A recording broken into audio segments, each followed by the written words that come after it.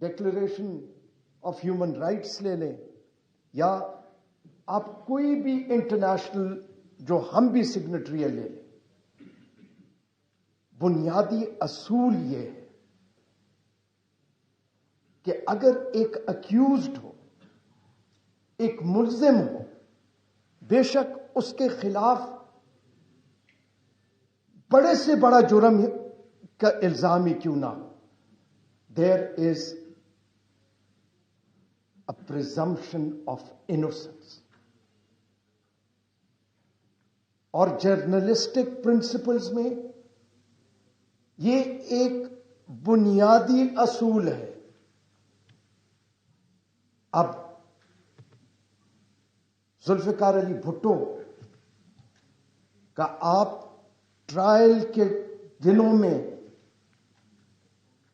مجھے نہیں پتا، آپ نے یقیناً بہت ساروں نے کیا ہوگا ریسرچ، اس وقت کے اخبارات اٹھا لیجئے گا، وہ پریزمپشن آف انوسنس نہیں تھی. اس کے بعد میں بحیثیت ایک جج، میرے 3 مختلف ادوار کی ایکسپیرئنس ہے. ایک 2014 سے 2018، 2018 سے 2022 اور 2022 سے آج تک. مجھے اظہار رائے پہ اس لیے کچھ کہنے کی ضرورت نہیں کیونکہ ہم اکاؤنٹیبل ہیں. جو بھی جورسپروڈنس اسلام آباد ہائی کورٹ کا اس وقت موجود ہے، میں اس کی نفی نہیں کر سکتا.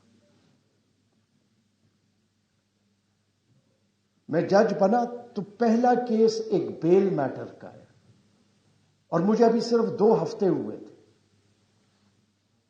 ایک سپریم کورٹ کے جج کے خلاف بینر لگے ہوئے تھے.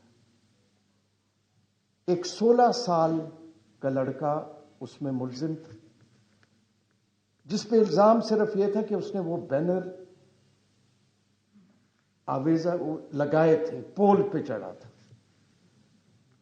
اور دوسرا جس نے وہ بینر لکھا تھا وہ ملزم تھے. 2 ہفتے ہوئے تھے اور نیچے عدالت نے بیل اس چیز پہ ڈسمس کی تھی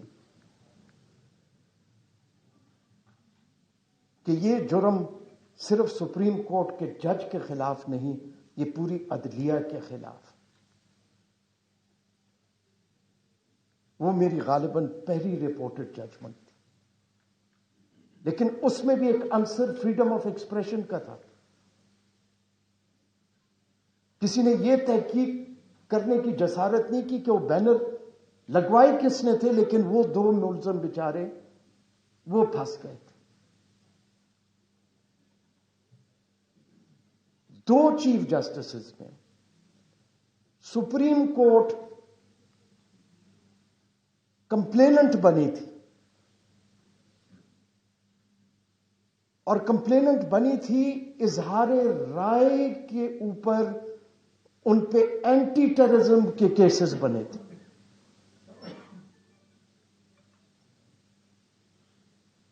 وہ بیلیں بھی اتفاق سے اسلام آباد ہائی کورٹ نے ہی دی.